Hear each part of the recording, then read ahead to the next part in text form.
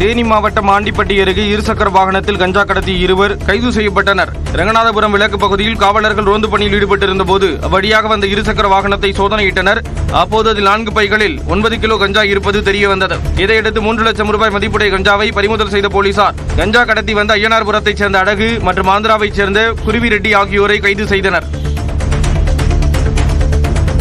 கிருஷ்ணகிரி அருகே கடந்த மாதம் கட்டிட தொழிலாளியை தாக்கிக் கொன்ற ஒற்றை யானை தற்போது மேலும் ஒரு கூலி தொழிலாளியை தாக்கியிருப்பது அச்சத்தை ஏற்படுத்தியுள்ளது. வேப்பனப்பள்ளி அடுத்த நேரலகிரி வனப்பகுதியில் முகாமிட்டுள்ள ஒற்றை காட்டு யானை வேலையை முடித்துக் கொண்டு வீடு திரும்பிக் கொண்டிருந்த கூலி தொழிலாளி முருகேசன் என்பவரை தாக்கியது. இதில் படுகாயமடைந்த முருகேசனை மீட்டு அருகில் இருந்தவர்கள் சிகிச்சைக்காக மருத்துவமனையில் அனுமதித்தனர். ஒற்றை யானையின் அட்டகாசத்தால் அச்சமடைந்துள்ள அப்பகுதி மக்கள் யானையை அடர்ந்த வனப்பகுதிக்குள் விரட்ட வேண்டும் என கோரிக்கை விடுத்துள்ளனர். தெருவை காணவில்லை என டிக்டாக் பிரபலம் ஜிபி முத்து புகார் அளித்திருந்த நிலையில் கோட்டாட்சியர் தலைமையில் நடைபெற்ற சமாதான பேச்சுவார்த்தையில் உடன்பாடு ஏற்பட்டது. தூத்துக்குடி மாவட்டம் திருச்செந்தூர் அருகே உடன்குடியைச் சேர்ந்த டிக்டாக் பிரபலம் ஜிபி முத்து பெருமாள்புரம் பகுதியில் உள்ள தனக்கு சொந்தமான இடத்துடன் தெருவை காணவில்லை என மாவட்ட ஆட்சியர் அலுவலகத்தில் புகார் அளித்திருந்தார். இது தொடர்பாக ஊர் பொதுமக்களுக்கும் ஜிபி முத்துவுக்கும் வாக்குவாதம் நடந்தது. அப்போது திருச்செந்தூர் வருவாய் கோட்டாட்சியர் சுகுமாரன் தலைமையில் வட்டாட்சியர் அலுவலகத்தில் வைத்து சமாதான பேச்சுவார்த்தை நடைபெற்றது. இதில் இரு தரப்பினருக்கும் உடன்பாடு ஏற்பட்டது. நீர்பிடிப்பு பகுதிகளில் பெய்து வரும் கனமழையால் ஒகேனக்கல் காவிரி ஆற்றில் நீர்வரத்து அதிகரித்துள்ளது.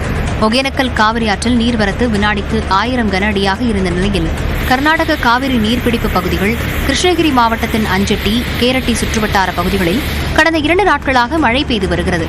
இதனால் ஒகேனக்கல் அருவியில் நீர்வரத்து 5000 கன அடியாக அதிகரித்துள்ளது. நீர்வரத்து அதிகரிப்பால் பிரதான அருவி, ஐந்தருவி உள்ளிட்டவற்றில் தண்ணீர் ஆர்ப்பரித்து கொட்டுகிறது. நீர்வரத்து குறித்து பிலிகுண்டுலு பகுதியில் மத்திய நீர்வளத்துறை அதிகாரிகள் கண்காணித்து வருகின்றனர். திருப்பத்தூர் மாவட்ட ஆட்சியர் அலுவலகத்தில் கழிவுநீர் தொட்டியில் 5 நாட்களாக உயிருக்கு போராடிக் கொண்டிருந்த பசுமாட்டை தீயணைப்புத் துறையினர் பத்திரமாக மீட்டனர். அம்பேத்கர் நகரைச் சேர்ந்த செண்பகவல்லி என்பவருக்கு சொந்தமான பசுமாடு திருப்பத்தூர் மாவட்ட ஆட்சியர் அலுவலகத்தில் உள்ள செப்டிக் டேங்கில் 5 நாட்களுக்கு முன்னால் விழுந்ததாக தெரிகிறது. திருப்பத்தூர் மாவட்ட ஆட்சியரகத்தில் சுத்தம் செய்யும் பணியாளர்கள் கழிவுநீர் தொட்டியில் விழுந்து கிடந்த மாட்டை பார்த்து தீயணைப்புத் துறையினருக்கு தகவல் தெரிவித்துள்ளனர். சம்பவ இடத்திற்கு விரைந்த தீயணைப்புத் துறையினர் சிறிது நேரம் போராடி மாட்டை பத்திரமாக மீட்டனர்.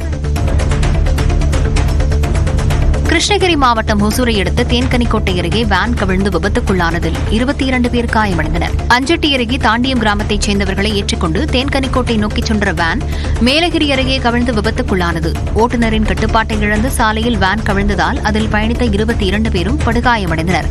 அவர்கள் சிகிச்சைக்காக தேன்கனிக்கோட்டை அரசு மருத்துவமனையில் அனுமதிக்கப்பட்டுள்ளனர்.